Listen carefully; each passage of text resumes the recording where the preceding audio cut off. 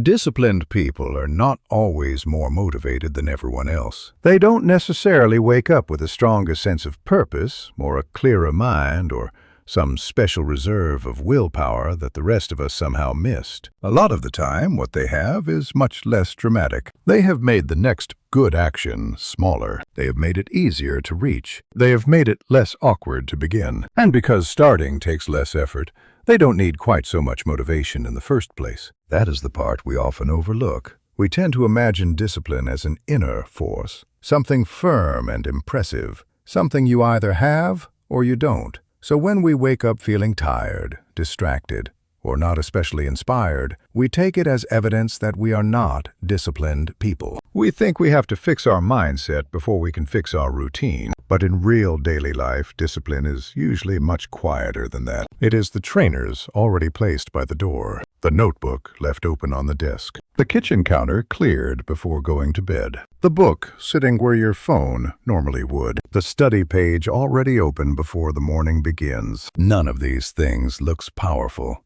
They are small, ordinary, easy to dismiss, but they change the moment where the habit begins. And that moment matters more than we think, because most habits don't fail halfway through.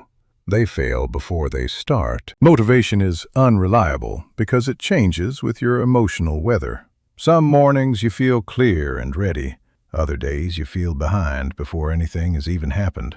Your mind is already full of small worries, unfinished jobs, unread messages, decisions you don't want to make, and a general sense that there is too much to hold. If your habit depends on feeling inspired, it has to push through all of that before it can even begin. That is why Kaizen is useful here, not as a grand philosophy, not as a way to become endlessly productive, but as a practical question you can bring into an ordinary day. How can I make the next improvement small enough that it fits into real life? Not the ideal version of life. Not the version where you slept well, finished work on time, ate properly, and felt completely in control.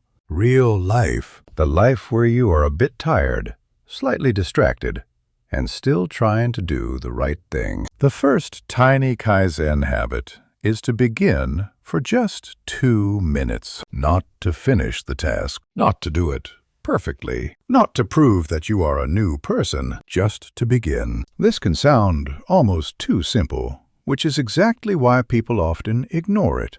If you want to exercise, 2 minutes of stretching or walking round the block may feel pointless. If you want to write, opening a document and writing 3 rough sentences may feel too small to count. If you want to tidy your home, clearing 1 corner of the table does not feel like a proper reset. But the point of the 2-minute start is not to complete the habit. It is to make the habit emotionally smaller. A 30-minute workout can feel like a negotiation.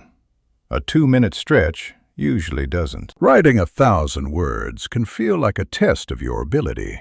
Writing 1 sentence feels like placing a foot on the path. Cleaning the whole room feels like a project. Putting 5 things back where they belong feels like a movement. Studying for an hour can feel heavy before you even sit down. Reading 1 paragraph and underlining 1 idea feels possible. And reading 20 pages at night might be too much, but reading 1 page while the kettle boils, or just before turning out the light, keeps the door open. That is what this habit does. It separates starting from finishing. Many people don't fail because they are incapable of the habit. They fail because the beginning has been made too large. Once you are moving, you may carry on. You may do more than 2 minutes. But even when you don't, you have still protected the pattern. You have still shown up at the beginning, and that matters. You are not trying to become someone who always feels ready. You are becoming someone who starts. The second habit is to prepare the environment the night before. This is one of the simplest ways to use Japanese-inspired living without turning it into decoration or fantasy. It is not about making your home look perfect. It is about arranging the space so the next action is obvious. In a calmer home, objects often have a clear place. Not because everything must look minimal or impressive, but because fewer small decisions are needed. You don't have to search. You don't have to rethink the same problem again. The room quietly helps you do what you meant to do. If you want to exercise in the morning, place your clothes, socks, and trainers where you can see them. Don't leave the first decision hidden inside a drawer. Don't make your morning self-search for the right thing at 7 a.m. If you want to write, leave the notebook open with the pen resting across the page, or leave the document open with the title already typed. A blank page is less intimidating when you have already entered it. If you want to tidy the kitchen, clear just one surface before bed and leave the cloth where it can be seen. Not as a demand, more like a quiet invitation. If you want to study, put the textbook notes and charger in one small stack. Make the desk say, "Start here," rather than "Sort all this out first." If you want to read more, put the book where your hand naturally goes. Beside the bed, near the sofa, in your bag, not buried under other things, not waiting politely on a shelf you rarely look at. The evening version of you is not doing the whole habit. It is simply removing tomorrow's first obstacle. And that is often enough. We tend to overestimate morning motivation. We imagine that tomorrow we will be more disciplined, more organized, more decisive. But tomorrow's self will still be human. Tomorrow's self will still be affected by sleep, mood, time, weather messages, and whatever else the day brings. Preparing the environment is a quiet way of helping that person. It is not glamorous. It is useful. The third habit is to do the habit at the same time or after the same existing action. Discipline becomes much easier when it does not require a fresh decision every day. If you ask, "When should I exercise today?" you have created a negotiation. And once something becomes a negotiation, it can be delayed, adjusted, justified, postponed, and eventually forgotten. But if the answer is always, "After I brush my teeth," or "after I make tea," the decision becomes smaller. This is where habit loops are useful, but we don't need to make them complicated. A habit often needs a cue, some ordinary moment that tells your brain, "This comes next." So instead of trying to find time to attach the new behavior to something that already happens, after the morning kettle goes on, do 2 minutes of stretching. After opening the laptop, write 3 lines before checking messages. After dinner, clear the table before sitting down properly. After lunch, study one small section before returning to your phone. After brushing your teeth at night, read 1 page. The action that already exists becomes a doorway into the action you want to repeat. This helps because many habits fail in the space between intention and timing. You do mean to do it.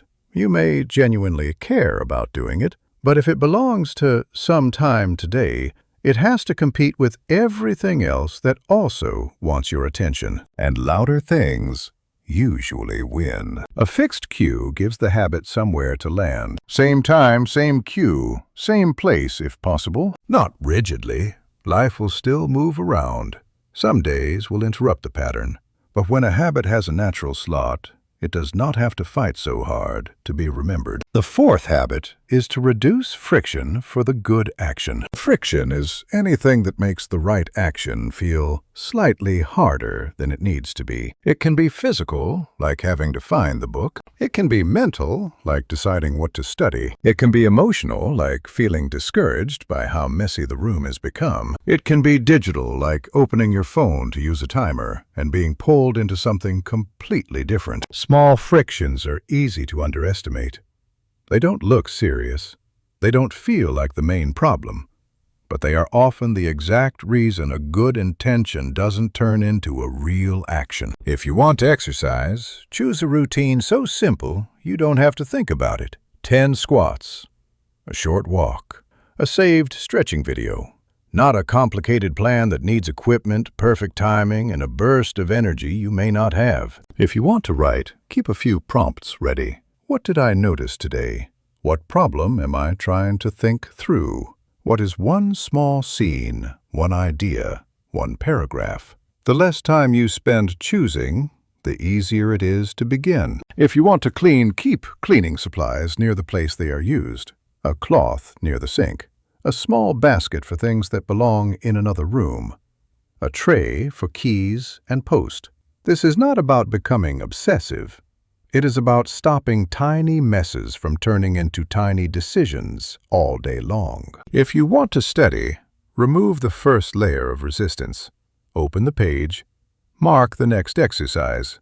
Put your phone in another room. Use a timer that is not sitting inside the device most likely to distract you. If you want to read, make reading easier than scrolling for at least one moment of the day. Put the phone a little farther away than the book. Leave the book open. Choose something that suits your actual energy, not the book you think a more impressive version of you should be reading. Discipline improves when the action you want becomes easier to reach. That is not laziness. It is design. You are not lowering the standard. You are lowering the cost of entry. And that difference is important. The fifth habit is to record the chain. Not in a dramatic way. Not with guilt.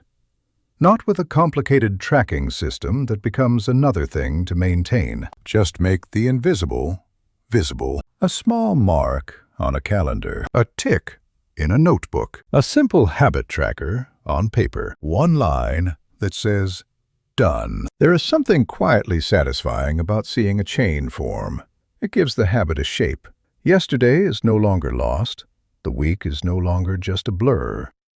You can see that you showed up even if the session was small. This is useful for exercise because the 5-minute walk still counts.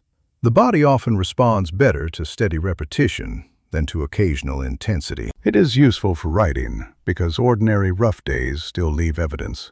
A bad paragraph is still part of the chain. It is useful for cleaning because one small reset each day can stop the home from becoming an argument you keep having with yourself. It is useful for studying because progress often feels slow until you can see how many small sessions have gathered behind you. It is useful for reading because one page a day looks tiny from inside the day, but over time it becomes a real relationship with books again. The chain should encourage you. It should not control you. So if you miss a day, don't turn the tracker into proof that you have failed. Don't make the restart heavier than it needs to be. Just return gently and make the next mark. Discipline is not the absence of interruption. It is the ability to restart without turning the restart into a punishment. And that may be the most useful part of all of this. Small habits work because they respect the fact that you are not the same every day. You will not always feel focused. You will not always feel organized. You will not always feel like the person who made the plan. So the plan has to be small enough to meet you on a difficult day, not only on an ideal one. This is where discipline becomes less about force and more about arrangement. You arrange the task so it can be started in 2 minutes. You arrange the room so tomorrow's action is visible. You arrange the timing so the habit has a place to land. You arrange the friction so the better choice is easier to reach. You arrange the record so progress can be seen. None of this looks intense from the outside. There is no grand moment, no dramatic promise, no sudden reinvention. But daily life is often shaped by what becomes repeatable. The cup put away after use. The shoes placed ready. The page opened. The short walk taken. The paragraph written. The book read for 1 quiet minute instead of another automatic scroll. These actions are too small to impress anyone, but that is part of their strength. They are small enough to survive ordinary moods, ordinary tiredness, ordinary days. And once a habit can survive ordinary life, it has a real chance of becoming part of who you are. Discipline does not begin by forcing yourself to become a different person. It begins by making the right action so easy to start that refusing it feels harder than doing it.